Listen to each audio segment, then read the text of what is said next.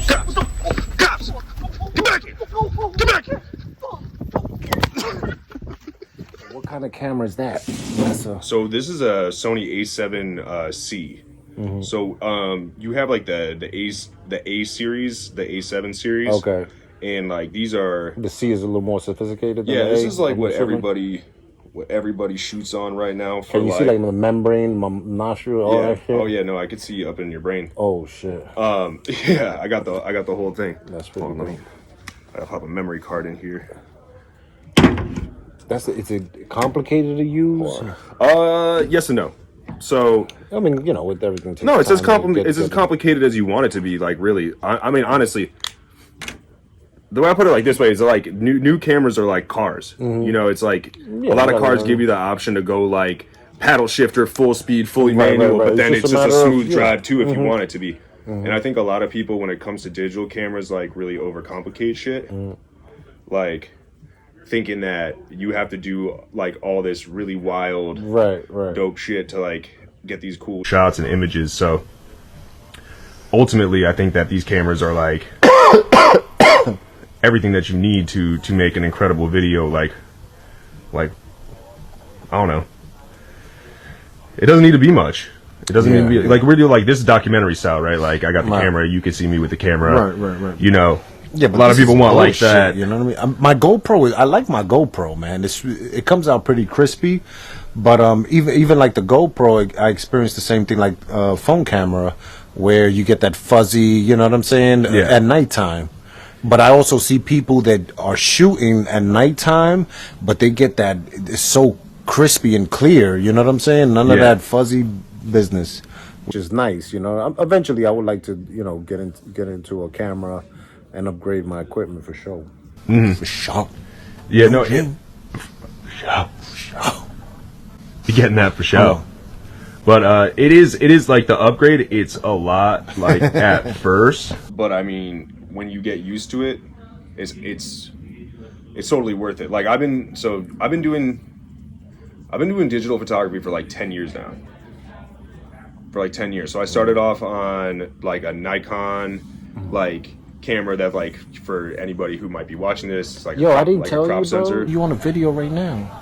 Yeah, I know. Let me tell. What's up, everybody? Welcome to my YouTube channel. Be on the plate. I'm your host Mo, and no, this is not your average food channel. This is Food for Thought. Today, I got my brother here, Alex. You know what? What's up? He's an awesome photographer, videographer. As a matter of fact, you know what? Let them know what services you provide, because you also freelance and do your thing, right? Yeah. I mean, you never know. You just never know. Somebody might be out there with great ideas, great concepts, but just don't have that skill to, record it and lay it down the way that you would. They don't have that know-how, but you have that ability by your way of experience and time and that you've put in behind the lens. And so let them know what you could do, because hey, you never know. Some people want to know. Let them know.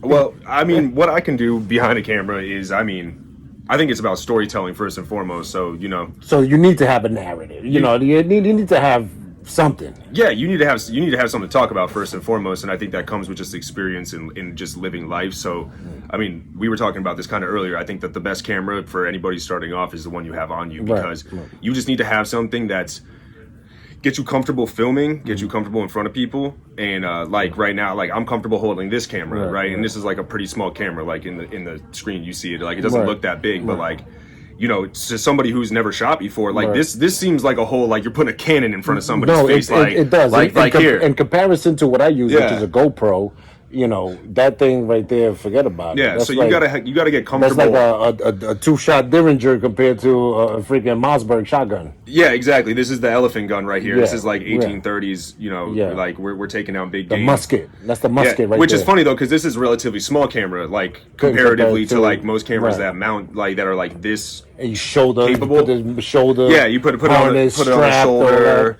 Yeah, you can hang it from your head and like do all this shit. But Yeah, no, I think that like these, like a camera like this is great. Like I think once you get into it a little bit, so this is like, let me break it down to you. Like if you're gonna go do camera stuff, it's like first work on your narrative, work on your angles, work on your shots, work on getting comfortable in front of the camera, and also work on getting people around you that's like you want to have photographed. Work on getting them comfortable having a camera in front of their face. Like you actually have to become the dude who's got the camera, and people have to be comfortable.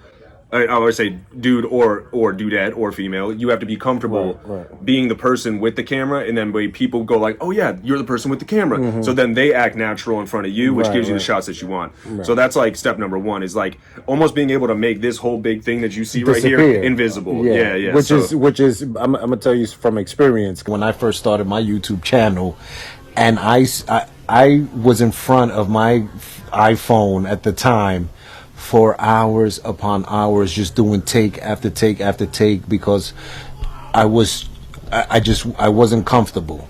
I was not comfortable, and nothing that I've researched, I mean, of course, there's a lot of material and a lot of people talking about that era of uncomfortability that, surrounds an individual when they're going on camera. But I think it's something that you really don't really filter out your system unless you actually do it.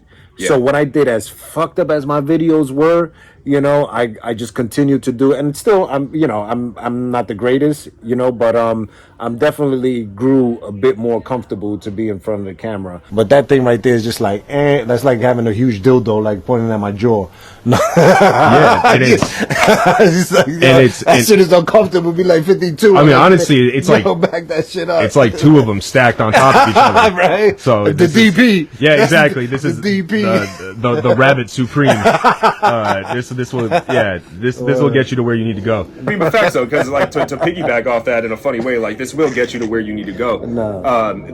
As being a person, but no, like don't get twisted in the fact, like some people, especially in the gadget game, I'll call it, the gadget game, because ultimately, like, everybody's going to try and sell you on the camera, going to try and sell you on the microphone, going to try and sell you on the quality and the aspects, and sure, like, you can achieve all that, but that's going to take time. It's like, you're better off, in my opinion, once again, this is my opinion, taking something that you have and like taking what you have and doing the best that you can with it, and maximize it, and then level up, and then level up. Don't go out and spend $10,000 in gear and then fuck your life up and your credit up, thinking that you are going to be the next documentary film star, and then all of a sudden, like, you're there taking pictures of your friend's dogs, and you have no idea what it is that you're doing with $10,000 worth of photography gear, with nothing, and that's nothing against anybody who wants to be an enthusiast. If you want to go spend 10 grand, that's your prerogative. Like, go do that. But let me ask you this, like, because I've seen your work, and it's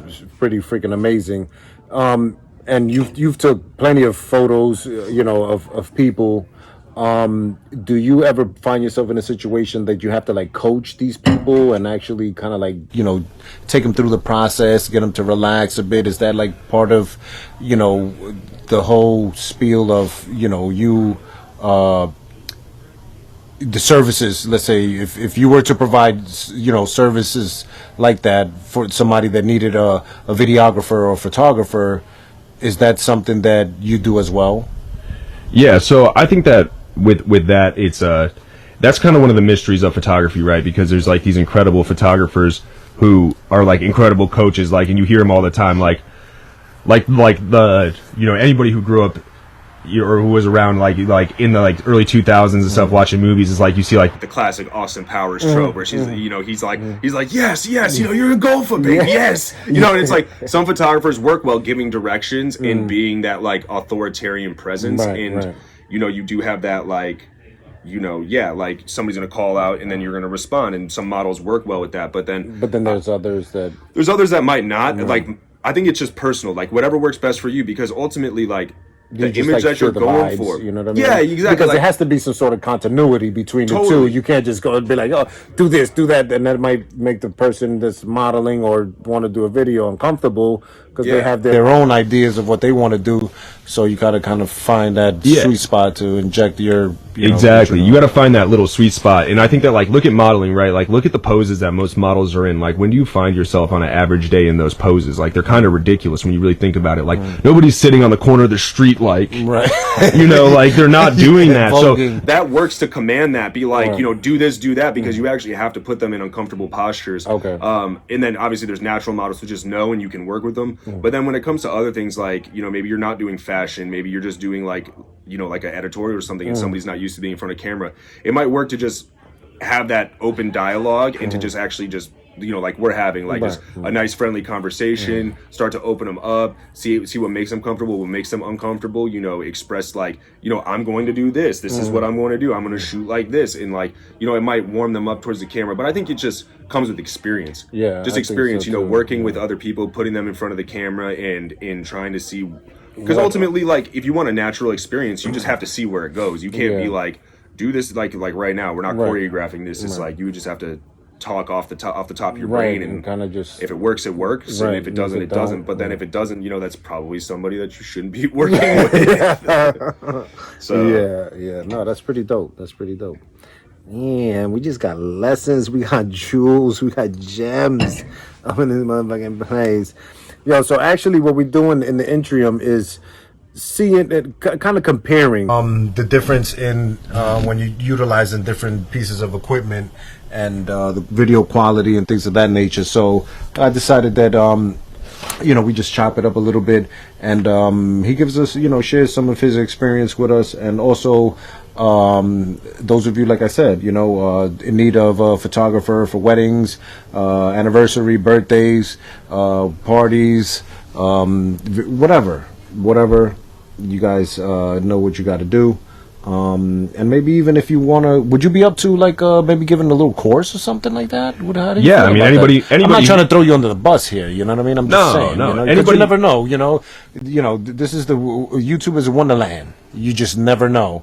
Anybody who feels like they want some photography questions answered, or you know, I feel like if I can help out, I'll help out. For me, ultimately, like this whole endeavor, I want everybody to know, and anybody who's going to go into photography, like get your mind out of the gutter of money and a dollar bill and all that, and get into the practice. Like there's been a history of people who have done this before you. There's going to be a lineage of people who do this after you. And there are a bunch of people who do it for a buck, but do it for the experience, and the dollar will come. So like, you know, ultimately, like just have those life experiences, make connections, and use this as a tool to enrich your life. Absolutely. And, you know, if I can answer any questions that have to do with that, then I absolutely will. Well, that's pretty dope, man. Appreciate you. Yeah. Anyway, we're going to conclude this. This actually took a different twist. You know, this was sort of unexpectedly, you know, kind of like just unfolded and took the direction which it did. But I hope this was informative. And this is actually my brother. You know what I'm saying? They like his brother by blood. Yeah. So it's black man, and he black as fuck. Yeah. No. Right? Like, how the fuck you got? Yo, black man, we haven't met yet, but what's up? We all brothers. But yeah. So anyway, we're gonna leave that on that note. Make sure you guys take care of yourselves and each other. Good night. Peace. Peace. All right. I want to see what the quality, how this looks here.